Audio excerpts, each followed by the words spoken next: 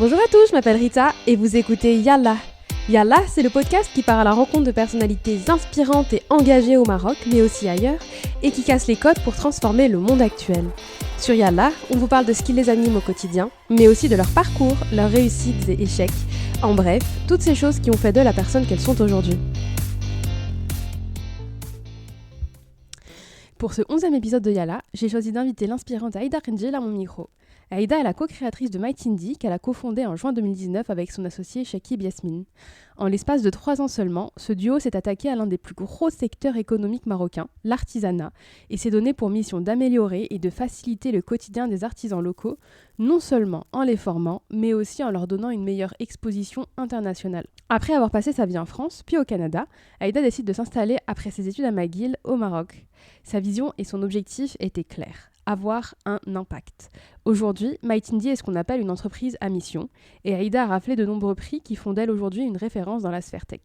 J'espère que ce nouvel épisode vous plaira, vous parlera et vous inspirera. Yalla, place à l'épisode. Hello Aïda. Hello Rita. Je te remercie énormément d'avoir accepté mon invitation. Je suis hyper contente que tu sois avec moi. Et ce que je te disais tout à l'heure, c'est que je pense que le podcast va être vraiment cool, l'épisode va être vraiment sympa parce que j'ai plein de questions à te poser et ton projet est vraiment cool. Donc l'épisode ne peut être que bien. Alors, Aïda, donc tu es la co-créatrice de MyTindy. Tu me corriges si je me trompe, que vous avez fondé en juin 2019. Et tout s'est passé très vite pour vous. Donc c'est toi et ton cofondateur Chakib, c'est ça. Et en l'espace de 1 an seulement, tu as raflé plusieurs prix, donc Women in Tech Startup Award, EY Entrepreneurial Winning Women, désolé pour mon accent, Meaningful Impact on the Women of Morocco.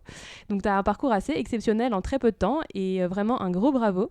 Et la première question, du coup, avant de lancer, de rentrer directement dans le sujet, c'est est-ce que tu peux nous expliquer ce que veut dire MyTindy ?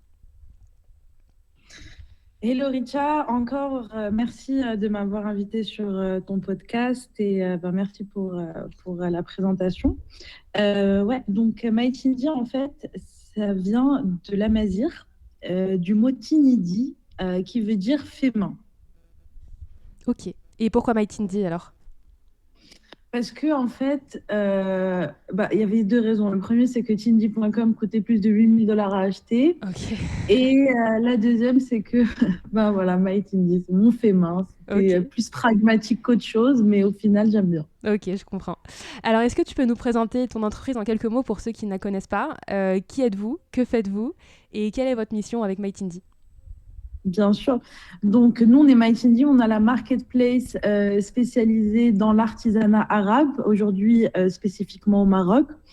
En fait, on a développé la marketplace dans le but de permettre à tous les artisans, coopératifs, créateurs et petites marques de pouvoir vendre en ligne facilement avec un focus sur les artisans illettrés à qui on sait ont un besoin énorme de pouvoir avoir accès au marché, de qui on s'occupe un peu plus particulièrement en termes de training, par exemple, que les marques ou les créateurs qui ont déjà, par exemple, un bon niveau de littératie, de digital. Donc, vraiment, on a deux grands axes. On a l'axe social avec les artisans illettrés et on a l'axe communauté avec les marques, les artisans, les coopératives qui, elles, ont moins besoin de nous.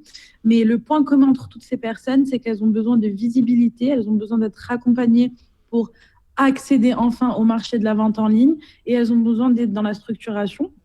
Et on est là justement pour leur ouvrir les portes du e-commerce à l'international parce qu'aujourd'hui, MyTindy a pour vocation vraiment d'exporter toutes ces marques, tous ces artisans vers l'international. Aujourd'hui, on a plus de 500 artisans, marques sur notre marketplace.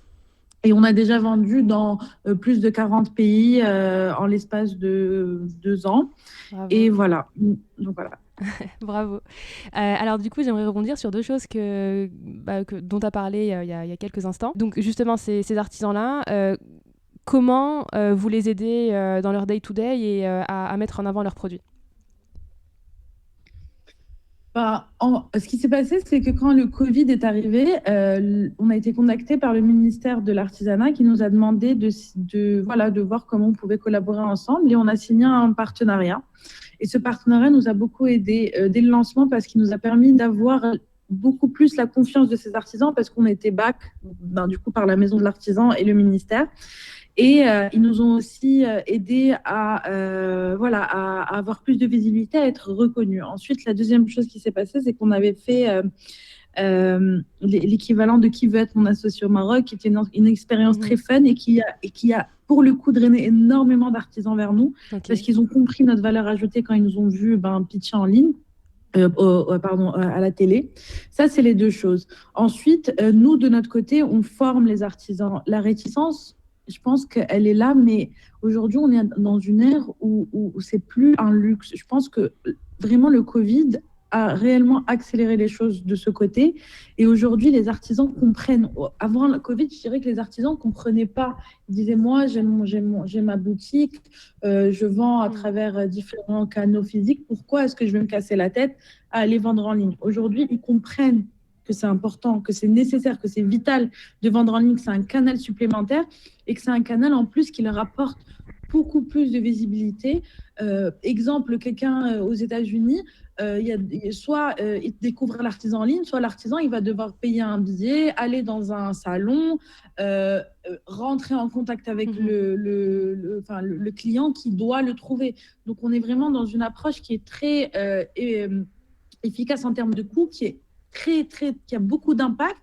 Et en plus, quand on parle d'artisans, on parle de personnes qui sont rarement en face, en fait, du client au final, parce que c'est ça la vraie problématique. C'est qu'aujourd'hui, les artisans sont rarement les personnes qui vendent directement. Il y a beaucoup d'intermédiaires entre eux et le client final qui fait que les prix sont souvent très hauts, mais que l'artisan ne reçoit pratiquement rien en termes de bénéfices sur le produit. Et c'est ça la différence aussi qu'on a avec Mighty, c'est qu'on leur dit, vous, le prix de vente global, vous allez en toucher la majorité. Nous, on va prendre une commission, mais au final, c'est vous qui allez toucher la majorité du prix de vente. Donc, vous allez pouvoir générer plus de marge, avoir plus de revenus, faire grandir vos équipes. On vous train, donc vous pouvez développer de nouvelles compétences. Et finalement, ça crée un artisan qui réussit, qui a une success story, va réussir également à en parler autour de lui et à fédérer plusieurs personnes dans sa communauté qui, eux, viennent vendre chez MyTindy. D'accord. Et alors, pour vendre sur MyTindy, on a bien sûr besoin d'avoir des photos sur votre site. Et est-ce que ce genre de compétences, vous les transférez aussi aux artisans? Parce que, a priori, je ne pense pas que ce soit quelque chose d'inné. Est-ce que vous leur apprenez à prendre des photos, à les uploader sur le site, à mettre une description, ce genre de choses? Comment est-ce que vous faites exactement? Oui. Alors, on a des formations. Là, pour le coup, dans les 3 prochaines années, on a pour vocation de former 800 artisans à la vente en ligne. Et ça passe bien sûr par la prise de photos, ça passe par la description de produits et ça passe également par le pricing. Donc, leur apprendre à faire un pricing qui leur permet eux-mêmes de s'en tirer parce qu'il y a aussi des problématiques qui sont liées au fait que l'artisan va, pour la plupart du temps, ne va pas compter, par exemple, son tarif horaire. Il va compter le coût de la marchandise, mais il ne va pas compter le nombre de personnes qui a travaillé avec lui. Il va faire ça un peu à la louche. Et en fait, sans s'en rendre compte, cet artisan perd de l'argent, alors qu'il pourrait pricer son article un peu plus cher, ce qui est relativement pas dérangeant pour le client. Et en même temps, lui, ça lui permet du coup de faire grandir son entreprise, de devenir soit une coopérative, soit une SARL, et de faire grandir son business. Ok, très clair. Et si on revient quelques années en arrière, donc j'aimerais revenir un petit peu au début de MyTindy et savoir, alors à quel moment, donc quand et comment vous est venue l'idée et donc pourquoi s'associer? Alors est-ce que vous avez eu cette idée ensemble avec Shakib? Est-ce que vous vous connaissiez déjà avant? À quel moment vous avez décidé de vous associer? À quel moment vous avez eu l'idée? Voilà, si tu peux nous raconter un petit peu la genèse du projet. Bien sûr. Alors, Shakib et moi, on s'est connus au Canada parce qu'on faisait tous les deux du dropshipping à l'époque, donc en 2012-2014. Et c'était l'époque où le dropshipping était très peu connu, mais c'était les débuts de Shopify, les débuts de plein de l'ère du commerce, on va dire. Et c'était une époque hyper intéressante. Et on s'est connus dans un club de personnes qui faisaient du dropshipping parce que le dropshipping, c'était quelque chose qui était très prenant et très isolant. Et du coup, en fait, on avait tous décidé de se mettre ensemble, une communauté à Montréal, pour travailler ensemble parce que sinon, en fait, on passait nos journées tout seuls chez nous. Et c'était un peu dur psychologiquement. Et c'est comme ça qu'on s'est connus. On a commencé à voilà, collaborer tous ensemble. On était les deux seuls Marocains, donc on parlait, on discutait. Et moi, quand je rentrais au Maroc, euh, j'allais tout le temps acheter dans les souks, aller essayer de dénicher. Je me rendais compte que c'était très, très dur. Et en même temps, j'adorais le contact que j'avais avec l'artisan. Et je me disais, mais c'est dommage, je peux pas trouver ces articles en ligne, alors que mes amis au Canada, ils me demandaient où est-ce qu'ils pouvaient acheter ces articles, parce que quand je les ramenais avec moi, ils aimaient, j'avais des tapis, des poufs, etc. Et après, à un moment, j'avais décidé de rentrer au Maroc. Et j'avais rapidement parlé à Chakib de cette histoire. Je lui ai dit, écoute, voilà, moi, je vais rentrer au Maroc et je pense que j'ai ce projet en tête. Et j'ai commencé le projet. Après, il a décidé de me rejoindre rapidement parce que moi, déjà, toute seule, c'était un peu compliqué. Moi, s'occuper de tout toute seule, un one-woman show, c'est vraiment compliqué, surtout au Maroc, quand moi-même, je découvrais le Maroc parce que j'ai jamais vécu ici. Donc, c'était un peu trop. Et du coup, on avait commencé des programmes d'incubation et on avait décidé, voilà, genre, on s'allie pour McKinsey. Lui, c'est toute la partie finance, logistique, et moi, c'est plutôt le côté artisan, marketing, donc le côté com. D'accord. Et c'est comme ça qu'on s'était réparti les rôles instinctivement dès le début. Ok, clair. Et du coup, en combien de temps vous avez lancé le projet? À quel moment vous est venue l'idée? Et à partir de ce moment-là, combien de temps il vous a fallu pour développer et lancer le projet? Est-ce que c'est quelque chose qui est compliqué à lancer? Est-ce que c'est quelque chose qui demande du temps? Ou pas forcément? Alors, c'est très relatif parce que nous, on avait une grosse expérience en e-commerce. Donc, pour nous, c'était pas compliqué parce qu'on savait. On savait faire. On savait monter un site, on savait trouver parler avec des suppliers, etc. Mais c'était quand même compliqué parce que ben, l'artisan, c'est pas un supplier chinois organisé, formalisé, etc. Donc, je dirais qu'au début, pendant un an, on est resté avec 10 entre artisans créateurs. On est resté avec 10 et on a juste essayé de comprendre, vraiment essayer. Et en fait, dès qu'on a compris, on a mis en place le business model. C'est là où en fait, on a ouvert les portes, on a dit, OK, venez, genre, rentrez sur la plateforme. Et c'est comme ça que ça a commencé à prendre en fait. Ensuite, ça s'est enchaîné. On a signé avec le ministère. Ensuite, on a fait, comme je t'ai dit, qui va être mon associé au Maroc. Ensuite, on a fait Google for Startup. On était la première startup marocaine à être sélectionnée par Google, Moyen-Orient, MENA. Et ensuite, on a fait Plug and Play au Maroc aussi, qui est l'un des meilleurs incubateurs. Et en fait, ça nous a vraiment aidé à nous structurer, à vraiment mieux comprendre, parce que même si c'était 2-3 ans, en vrai, il y avait vraiment moi, je pense que 2-3 ans, il faut minimum 2-3 ans pour commencer un projet, ne serait-ce que pour que les gens en face de toi te prennent au sérieux. Parce que moi, je vois la différence quand je leur dis oui, on a commencé il y a 3 ans et on me dit ah, vous avez commencé quand? Il y a 6 mois. Déjà, juste ça, en fait, déjà, quand les gens ils voient que tu restes, que tu tiens, que tu es résilient dans le temps, Ouais, on te déjà, c'est une considère marque plus. de confiance. Et c'est pas des genoux, ils viennent pas d'arriver avec leur idée lunaire. Et après, voilà, moi, je dirais que c'était compliqué. Mais je pense que Shakib et moi, on a les bonnes skills et on est complémentaires pour que ça marche. Et je pense que si c'était une autre équipe, peut-être que ça aurait été plus difficile parce que justement, on avait cette affinité à l'e-commerce et en même temps, on avait ce regard qui était je suis marocain, mais je ne viens pas du Maroc, donc j'ai un regard un peu extérieur sur l'artisanat, sur ce qui se passe. Et donc, je peux essayer d'apporter un peu ce que j'ai appris à l'étranger, genre essayer d'améliorer ce secteur humblement, genre avec ce que je peux pour permettre une transformation digitale. Parce qu'au final, nous, notre but, c'est vraiment d'accompagner le secteur. C'est pas juste de vendre de l'artisanat, mais c'est réellement de dire ben, dans 20 ans, dans 50 ans, les artisans qui étaient chez nous, c'est des e-commerçants, c'est des business, ou bien c'est des gens qui ont décidé qu'ils ne voulaient plus faire de l'artisanat, mais au moins, ils ont tout donné et ils ont découvert que ce n'était pas intéressant pour eux. Mais ce qui est important, c'est de préserver, ça aussi, c'est très important, de préserver l'héritage du Maroc, mais aussi de tous les pays arabes, parce qu'en fait, dans les 23 pays arabisants, il y a les mêmes problématiques. L'artisan, il est marginalisé, l'artisan, il n'est pas pris au sérieux, l'artisan, il ne gagne pas assez d'argent, alors que ces produits sont des produits où les gens qui les achètent, les étrangers ou comment on appelle ça, les grossistes qui les achètent pour une poignée de pain, ils font des marges énormes dessus et du coup, c'est même pas pérenne pour pour n'importe qui, parce que si l'artisan est toujours pauvre, malgré le fait qu'il travaille énormément, il va forcément arrêter. Si c'est pas lui, c'est son fils qui va arrêter parce qu'il va dire, moi, je vais aller en ville, je vais aller trouver un emploi, j'ai pas besoin de me casser la tête. Être artisan, c'est un métier dur quand même, c'est un métier manuel, c'est un métier de répétition et c'est un métier où ça pardonne pas en fait. Si tu casses ton verre, personne va te payer dessus. Donc c'est un métier qui doit vraiment être mis en valeur. Ouais. Et c'est l'une des raisons pour lesquelles on a pris le pari dès le début d'intégrer autant des marques que des artisans, parce que je pense que les marques sont là aussi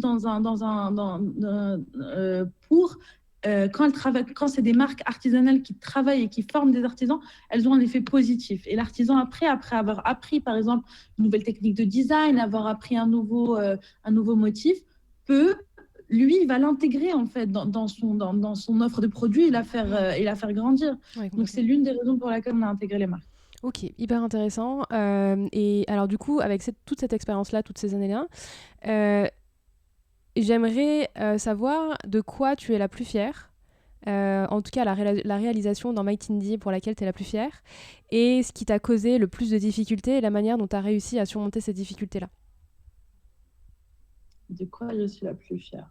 Moi, je pense que ce dont on est le plus fier, c'est qu'on a réussi à faire tout ça sans argent externe. D'accord. Et ça, je pense que c'est un pari. En fait, au début, on s'est beaucoup posé de questions. À la fin, on s'est dit non, pour l'instant, on n'a pas besoin parce qu'on a généré du revenu très rapidement et on s'est dit, OK, mais genre, oui, on est une start-up, mais est-ce qu'on a vraiment besoin de VC aujourd'hui? Mais du coup, vous êtes autofinancé, c'est ça, au départ? Ouais, autofinancé, exactement. On a eu des subventions au début, les subventions qu'ont les startups au Maroc, mais sinon, maintenant, c'est les commandes qui génèrent l'argent pour l'équipe et tout. Donc, on est rentable. Après, c'est quoi la deuxième question? Pardon. Alors, la plus grosse difficulté que tu as eue pendant le projet et la manière dont tu l'as surmontée. En fait, au début, j'ai eu pas mal de difficultés, mais quand j'y pense aujourd'hui, je me dis c'est fou. Moi, par exemple, quand j'envoyais des messages aux artisans, ils me disaient, j'envoyais des messages textes en arabe et tout, avec Google Translate, parce qu'à l'époque, je parlais vraiment pas arabe.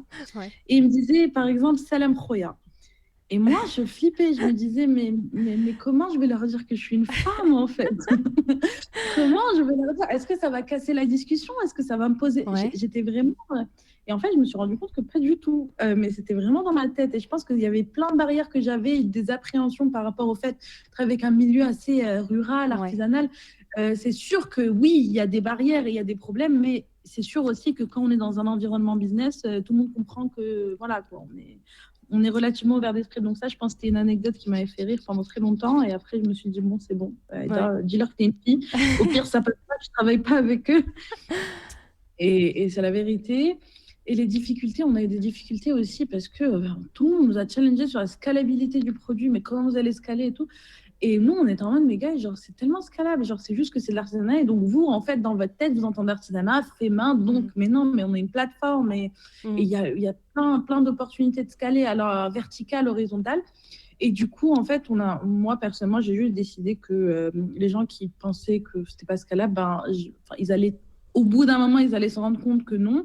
Et que oui, c'était scalable et moi, je faisais finalement, t'as continué jusqu'à leur montrer le contraire, quoi. Ouais.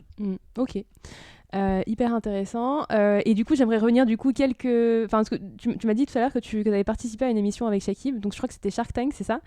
Et du coup, je rebondis encore sur quelque chose que tu as dit il y a quelques minutes, le fait que tu parlais pas du tout arabe. Du coup, comment tu t'es débrouillé pour pitcher? Parce que je crois que c'était un pitch uniquement en arabe. Et vu que du coup, t'étais pas du tout arabophone, comment tu t'es débrouillé? Et comment tu t'es préparé justement pour le pitch? C'est l'équivalent du théâtre, quoi. J'ai appris par ton cœur texte, également. C'est vrai? Et on a pris même des cours de prononciation, parce que c'était un peu compliqué. Et non, c'était vraiment dur, surtout qu'en fait, ils voulaient absolument que le pitch soit complètement en arabe, alors qu'on parle en arabe déjà dans la vie courante. Maintenant, on parle arabe, hein, mais je te parle à l'époque, c'était dur. Et en plus, parler business, parler de ses chiffres, parler des problèmes, des solutions, enfin... C'était une aventure, la vérité, c'était l'élément. Genre, on stressait même pas si les jurys vont dire oui ou non. On stressait réellement pour le pitch. On se disait, genre, peu importe ce qui va se passer, nous, on a réussi à pitcher en arabe. Surtout que c'était en plus filmé et rediffusé à la télé, donc c'est quand même une grosse pression. Hein. Ouais, c'est énorme. Ok, bon bah trop bien. Et du coup, c'est quoi vos projets là pour Might Indie sur les prochaines années? Donc tu m'as parlé de ce que vous avez Ben, fait, qu'est-ce que vous comptez faire? Tu me disais tout à l'heure, tu me parlais beaucoup des pays arabes tout à l'heure, est-ce que vous comptez vous ouais, étendre un peu dans ces pays arabes? c'est Voilà, c'est quoi ça. votre plan? C'est ça, en fait, le Maroc, c'est vraiment le proof of concept. Et le but, c'est vraiment d'aller là où on a besoin de nous, dans les pays arabes qui ont réellement besoin. Il y a des populations d'artisans, de coopératives en Égypte, en Tunisie, même au Soudan, qui ont besoin, en fait, de cette visibilité, de cet accès au marché, de ce revenu. Et on veut les aider et on veut les accompagner dans leur digital transformation et pour leur permettre de vendre en ligne et permettre à, ben, je sais pas, à un Soudanais d'Amérique de pouvoir acheter de chez Fatima du Soudan. Mhm. Euh, je- pour moi, c'est vraiment ça la vision. Et je pense que c'est un peu la particularité, c'est qu'on est une start-up à impact. Et ça, c'est dans notre ADN. Ça veut dire que si l'impact m'emportait peu, ben, j'aurais continué à faire du dropshipping. Ouais. Et ben, j'aurais sûrement fini par acheter des produits en gros et créer ma marque. Mais c'était facile et c'était pas ce qui m'intéressait. Moi, je voulais vraiment me dire, mais qu'est-ce que je peux faire avec ce que j'ai eu la chance, moi, d'avoir en tant qu'opportunité pour permettre à des populations qui sont marginalisées. Parce que quand on va dans les milieux ruraux, c'est des populations qui ont très peu d'accès au marché. Et si on ne va pas les voir, si on ne prend pas la voiture, on va loin pour aller acheter de chez eux, ils n'ont aucun accès au marché. Ouais. Donc, ils sont marginalisés. Et nous, on dit, mais attendez, déjà au Maroc, la couverture Internet, elle est énorme. Mhm. On couvre pratiquement partout. Le taux de pénétration des smartphones au Maroc est conséquent. On a des artisans illettrés, mais on a des artisans qui utilisent leur smartphone tous les Mhm. jours, même s'ils sont illettrés. Ouais. Tout le monde parle sur WhatsApp, tout le monde utilise YouTube. Donc, pour moi, on est en train de résoudre un problème au Maroc et un problème qui existe dans les pays qui parlent arabe en particulier, parce que dans les pays où on parle arabe, les personnes sont souvent illettrées. Mhm. Un peu plus, le taux d'illettrisme est un peu plus élevé que dans d'autres pays. Ok, clair, hyper intéressant. Ok, bah du coup on va fermer la page Might Indie. Merci beaucoup pour toutes ces infos et pour toutes tes réponses. On va se concentrer un petit peu sur toi maintenant et sur toi quand tu étais enfant. Et j'aimerais savoir, j'aimerais connaître un petit peu mieux la jeune Aïda. Quel type d'enfant étais-tu? Quels étaient tes traits de caractère? Hmm. Si tu t'en Alors souviens. moi, je suis l'aînée déjà.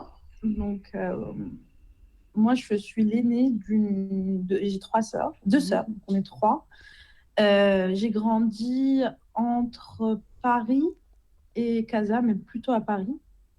Euh, Quand j'étais enfant, j'étais tout le temps dans les livres. Je bouquinais tout le temps. J'adorais les livres, alors que ma sœur, pas du tout. Mhm. Et j'étais un peu garçon manqué quand même. Et j'étais très bricoleuse. Ça, je sais que c'est des choses que je me rappelle. J'étais très débrouillarde, très bricoleuse. Je pense que c'est quelque chose qu'on m'avait inculqué dès petite. Mon père, à chaque fois que j'ai réussi à faire quelque chose, il me disait, vas-y, t'es capable. Et quand je faisais quelque chose, on me félicitait, on m'encourageait vraiment à me débrouiller toute seule. Mhm. Donc, ça, je pense, c'est un trait que j'ai vraiment gardé, la débrouillardise. Et même, ma mère aussi, c'était la même chose. Et très jeune, je sais que j'avais voulu être entrepreneur. Je voulais monter un truc, même toute petite. Au début, je voulais être astronaute. Et après, j'ai compris que c'était un peu dangereux. Et après, je me suis dit, ben, je vais devenir entrepreneur. Et je l'ai fait. Enfin, je pense que vers mes 12 ans, je savais déjà. Ok. Je voulais, voilà, faire du business. Je voulais faire du business. Moi, Est-ce que c'était un peu. t'as des personnes dans ta famille qui sont entrepreneurs du coup, sur lesquelles tu Ouais, t'as pris l'exemple? Ouais. oui, oui, mon père est entrepreneur. Ok. Mon grand-père est entrepreneur. Ok. Donc Donc, ça court dans j'avais le eu sang. pas mal d'exemples de personnes qui étaient entrepreneurs. Et puis, je voyais la liberté que c'était d'être Oui, certes, on travaille beaucoup, mais on est réellement. Enfin, moi, je pense que la liberté, c'est vraiment la principale. Le principal. C'est ce qui Principal m'importe le motif? plus. Ouais. Et du coup, entrepreneur, pour moi, c'était évident. Et le côté impact, il est arrivé un peu plus tard Mhm. parce que, en fait, bon, déjà, depuis toute petite, je me disais, genre, je sauvais des mouches et tout. Et je me disais, un jour, on va venir toquer à ma porte, on va dire, t'as gagné le prix Nobel de la paix et tout. Donc, quand je réfléchis à ça, je me dis, bah, en fait, vraiment, genre, l'impact, c'était important pour toi. Tu voulais, genre, tu voulais sauver des mouches à ton échelle, quoi. Mhm. Et du coup, après, quand j'ai fait ma guile au Canada, Et j'avais un cours qui s'appelait Social Impact Entrepreneurship parce que j'avais fait marketing et entrepreneuriat. Et c'est un cours qui m'avait énormément marqué parce que ça m'avait hyper conforté dans l'idée qu'en fait, on pouvait faire de l'argent et avoir un impact. Et le cours était tellement bien fait. Et enfin, ma prof, Anita, elle était géniale. Et, euh, et voilà, et donc c'est un cours qui m'a vraiment marqué sur ça et où j'ai su tout de suite que je voulais devenir entrepreneur à impact, mais je ne savais pas comment encore. Ok, et donc ouais, c'est arrivé au fur et à mesure. Et donc tu as vécu Mm. donc, dans différents pays, donc la France, le Maroc, le Canada. Mhm. Comment ces pays t'ont impacté? Qu'est-ce que la France t'a apporté, pardon? Qu'est-ce que le Maroc t'a apporté? Qu'est-ce que le Canada t'a apporté? Parce que j'imagine que chacun des pays t'a forgé en quelque sorte. Bah, moi, je dirais que la France, le fait d'avoir vécu en France, ça m'a vraiment apporté beaucoup d'épanouissement et de débrouillardise. En fait, j'étais un enfant libre. Je sais pas Mhm. qu'au Maroc, on n'est pas libre, pas du tout. Mais en Non, on fait, est plus... j'explique ouais. ce que je ressens. Mhm. Moi, quand je me rappelle que j'étais libre, enfin, voilà, genre, j'allais toute seule à l'école, je faisais mes trucs, j'avais des activités. Je sais pas, je me sentais vraiment, voilà, libre Ouais, et, En France, débrouillarde. on est beaucoup plus autonome en fait qu'au Maroc. Ouais, voilà, j'ai Mhm. été autonome très rapidement. On m'a vite monté en responsabilité rapidement. Et je vois la différence avec mes sœurs qui, je trouve, n'ont pas été aussi rapidement montées en autonomie parce qu'elles ont, pour le coup, vécu au Maroc. Mhm. Donc ça, c'est quelque chose qui m'avait marqué. Ensuite, le Canada, je pense que ça a été un pays qui m'a énormément donné. En termes, déjà, ça m'a appris de la notion de tolérance. Là-bas, la tolérance est incroyable. La notion de laisser vivre, de respect de l'autre, de civisme.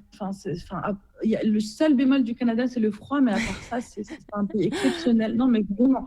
C'est un pays où en fait on prend une claque et on se dit mais en fait le civisme c'est normal, c'est le respect de l'autre, etc. Et en même temps il y a un capitalisme là-bas et il est assez intéressant parce que enfin, les gens font beaucoup d'argent, il n'y a aucune retenue, enfin, pas comme je dirais le Maroc ou la France où on est un peu plus pudique sur voilà, le succès et tout. Là-bas, c'est vraiment oui, bravo, tu as Mhm. réussi, Mhm. c'est bien, on te félicite. Donc, Ouais. j'avais beaucoup aimé cette mentalité assez open, on va dire. Et le Maroc c'est mon pays natal, c'est mon pays d'origine, ça m'a donné. Ça m'a donné ma culture, ça m'a donné l'opportunité de travailler sur Might Indie, parce que si je Mhm. n'étais pas marocaine, je ne pense pas que j'aurais fondé Might Indie. Et ça a été un pays qui est toujours dans mon cœur et qui m'a toujours donné et à qui je veux redonner aussi. C'est ça aussi qui est important. Et du coup, tu as toujours voulu entreprendre au Maroc ou c'est venu après l'idée? Pourquoi t'es pas resté au Canada entreprendre? Parce que Mm. on... Ouais. Bah, je m'étais dit, au début, j'ai entrepris au Canada, enfin, avec mon truc de dropshipping et Ok. tout. Mais après, je me suis dit, Aïda, mais genre, capitalise sur le fait qu'au Maroc, c'est moins développé, que tu as plus d'opportunités. Pour moi, je me disais, il y a plus de choses à faire au Maroc qu'au Canada. Et c'est pour ça que je suis Ouais. rentrée, enfin, de façon très pragmatique. Ok. Une des caractéristiques qui m'a beaucoup interpellée, donc j'ai vu ça sur LinkedIn, c'est que tu te formes constamment. Donc en 2019, je crois que tu as eu une certification Google en fondamentaux du marketing digital. En 2021, tu t'es formé au métier de data scientist. Est-ce que pour toi, Mhm. c'est quelque chose d'essentiel? Est-ce que tu as toujours été aussi curieuse et pour toi, tu trouves ça essentiel de se former en continu? Qu'est-ce que ça t'apporte? Alors, moi, je pense que la formation, elle est cruciale.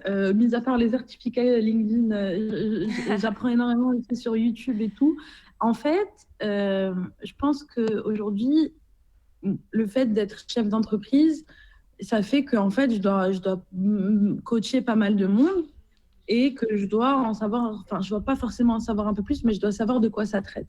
Donc, par exemple, Mhm. on a lancé un pôle data science et machine learning dans la boîte. Ben, moi, je suis obligée quand même de comprendre un peu de quoi on Mhm. parle. C'est-à-dire Mhm. que moi, j'ai eu la chance, on m'a offert, Honoris m'avait offert cette formation parce que j'avais gagné Women in Africa. Et je m'étais dit, ben, vas-y, au moins, maintenant, tu peux écrire en Python et de toute façon, tu es débrouillard, t'aimes coder, tu sais juste pas le faire, tu le sais pas parce que c'est dans ton ADN.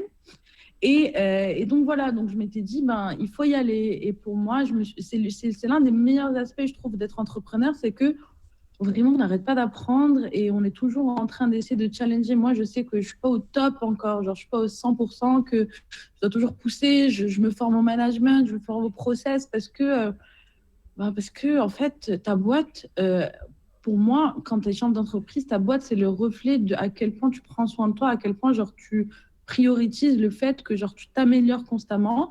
Et parce que déjà, de un, genre, si tu es mieux, tu vas mieux donner à tes équipes. Et deuxièmement, c'est que plus tu en sais, plus tu augmentes le champ des possibilités. C'est-à-dire que moi, avant de commencer ma formation de data science, j'avais pas idée de toutes les possibilités qu'il y avait dans ce domaine. Ouais. Et depuis, ben, ça m'a permis de structurer, voilà, ce que je veux. J'avais une idée de où on voulait aller, mais cette formation m'a permis de vraiment comprendre, OK, voilà, on a besoin d'aller là, voilà ce qui est possible aujourd'hui, voilà ce que je peux faire moi-même, de qui j'ai besoin. Et ça, je pense, c'est très important parce qu'en tant qu'entrepreneur, le côté ressources humaines, pour moi, c'est l'un des côtés les plus durs. Et essayer de réellement comprendre quels sont les profils dont on a besoin et non pas aller chercher juste parce qu'on a l'impression de comprendre qu'on a besoin de quelqu'un, par exemple, en social media. Non, moi, j'ai besoin d'un content creator et j'ai besoin d'un community manager. Je sais que j'ai besoin de deux profils différents. Et si je n'avais pas une expérience en marketing qui me permettait de comprendre c'était quoi les process, j'aurais peut-être pris qu'une personne, exemple. Ouais. Donc, je pense que c'est aussi hyper important. Et oui, il faut rester généraliste, mais il faut savoir quand on a une boîte, il faut vraiment, pour moi, essayer ou être entouré, par exemple, d'un CTO qui va lui gérer ça et tu lui fais entièrement confiance, ou tu décides de te former, de te dire, OK, ben, moi, même si demain j'ai un CTO, je dois savoir de quoi il parle. Ok, et du coup, je t'ai pas demandé tout à l'heure, mais vous êtes combien au sein de MyTindy? Vous êtes une équipe de combien de personnes? On est 6. Ok, donc il y a toi, il y a Shakib, il y a, j'imagine, quelqu'un qui s'occupe du site, donc un CTO, non? Non, c'est moi. Ah, c'est toi, ok. Non, on a déjà un marketing, on a des personnes pour gérer les commandes, les artisans, on a le pôle data, donc il y a pas mal de monde et il y a du monde sur le terrain aussi. Ok. Claire. Ça marche. Écoute, on est en train d'arriver à la fin de l'interview. J'ai encore quelques questions pour toi. Et c'est plus orienté conseil aux personnes qui écoutent. Alors, la première question, c'est quel est ton motto dans la vie? Qu'est-ce qui te drive au quotidien? Qu'est-ce qui me drive au quotidien? L'opportunité que j'ai d'être chef d'entreprise, je trouve qu'elle est dingue. Je trouve vraiment que c'est un privilège de pouvoir se lever le matin et de dire en fait c'est moi qui ai décidé de ma vie, quoi, de ce que je fais, même si franchement quand on discute entrepreneur on se dit putain mais qu'est-ce qu'on serait mieux salarié, ça serait beaucoup plus simple, mais au final moi je pense que j'aurais pas pu, je l'ai été et je sais que j'aurais pas pu rester longtemps. C'était quelque chose qui était un peu, qui me faisait mal en fait, qui n'était pas aligné avec moi. J'avais besoin de beaucoup plus de champs de manœuvre et d'opportunités, de liberté de mouvement et d'être et de pouvoir bouger d'un projet à l'autre, ce que le salariat m'a pas vraiment permis de faire. Et qu'est-ce que tu conseillerais du coup à quelqu'un qui souhaite se lancer dans l'entrepreneuriat mais n'ose pas forcément encore? Faut se lancer. Moi, le conseil que je donne toujours, c'est que l'entrepreneuriat, c'est quelque chose quand même qu'on glamourise beaucoup, mais qui est très dur. Et surtout les premières années, moi, je me rappelle mes premières années, les gens, ils prenaient pour des ovnis. Même ma famille d'entrepreneurs, elle me disait, tu travailles beaucoup quand même et tout. Et genre, pourquoi tu viens pas dîner avec nous? Et donc, en fait, il faut réaliser ça. Et donc, en fait, pour moi, le meilleur test, c'est de commencer sa boîte en parallèle de son travail et voir si on peut donner 2 heures par jour en plus à sa boîte. Si on n'est même pas capable de faire ça, pour moi, on n'est pas encore prêt ou bien le projet ne nous passionne pas assez. Parce que si tu n'es pas capable de finir ta journée, par exemple, 2 heures plus tard en travaillant sur ton projet, ça va être c'est que tu n'es pas encore peut-être assez prêt. Et en plus de ça, quand on commence son projet pendant sa boîte, pendant qu'on est salarié, je pense que c'est la meilleure chose parce qu'on a encore de l'argent qui rentre en salaire. Et du coup, on a beaucoup plus d'argent à investir dans sa boîte. Et donc, ok. Et pour toi, quels sont les principaux atouts et les principales qualités que doit avoir un entrepreneur? La persuasion. La vision. Je pense que c'est quelqu'un qui doit savoir convaincre avec sa vision. Je pense qu'il faut aussi être extrêmement résilient et ne pas céder au doute, ne pas être influencé par les naysayers, les gens qui, pas les haters, mais les gens qui essaient de décourager un peu. Et tout, Et après, je pense que c'est la capacité aussi à rebondir, parce que il y a beaucoup de bas, les hauts sont hauts, les bas sont très bas. Et des fois, les bas, ils sont dans ta tête et il faut quand même, et alors qu'il ne se passe rien, mais en fait, il faut juste pousser et avoir aussi un cercle, je pense, autour de toi qui te soutient un maximum parce que, surtout au début, l'entrepreneuriat, c'est hyper isolant. Et peut-être trouver un cowork avec des entrepreneurs et si on n'a pas de potes entrepreneurs avec qui on peut parler, essayer d'aller dans des coworks où il y a plein d'entrepreneurs et se faire des potes parce que c'est très important. Ok, merci beaucoup pour tous ces conseils. Est-ce qu'il y a une personne que tu trouves inspirante au Maroc? Est-ce que quelqu'un t'inspire? Ou alors un Marocain à l'étranger? La vérité, j'en ai plusieurs, mais moi, je veux parler de femmes. C'est par principe. Ok. Moi, j'aime beaucoup Selwa Belkhaziz, avec qui j'ai longtemps discuté, qui était la tête de Inetum. Pendant très longtemps, c'était l'une des premières femmes en tech. Et maintenant, elle est à la tête de la SMEX. On a Leila Doukali aussi, qui est présidente de la FEM et qui se bat tous les jours pour un avenir meilleur pour les femmes du Maroc. Je pense qu'ils sont deux femmes vraiment qui sont engagées, remarquables dans ce qu'elles font. Ok, parfait. Si on veut te contacter, où est-ce qu'on peut te trouver? Alors, vous pouvez me trouver à mon adresse email, mais en fait, non, c'est plus simple sur LinkedIn. Je suis très réactive sur LinkedIn. Ok. Donc, du coup, je partagerai sur les réseaux. Super. Merci beaucoup, Aïda, pour ton temps. C'était un plaisir de te rencontrer et de discuter avec toi. Également. À très vite. Merci beaucoup pour l'invitation. Avec plaisir. À très vite. À très vite. Au revoir. Cet épisode touche à sa fin. Je vous remercie infiniment de l'avoir écouté jusqu'au bout. S'il vous a plu, n'hésitez pas à en parler autour de vous. Par ailleurs, si vous souhaitez me faire un feedback ou me proposer un invité, n'hésitez pas à m'envoyer un message sur la page Instagram ou LinkedIn de Yalla. À très vite pour un prochain épisode.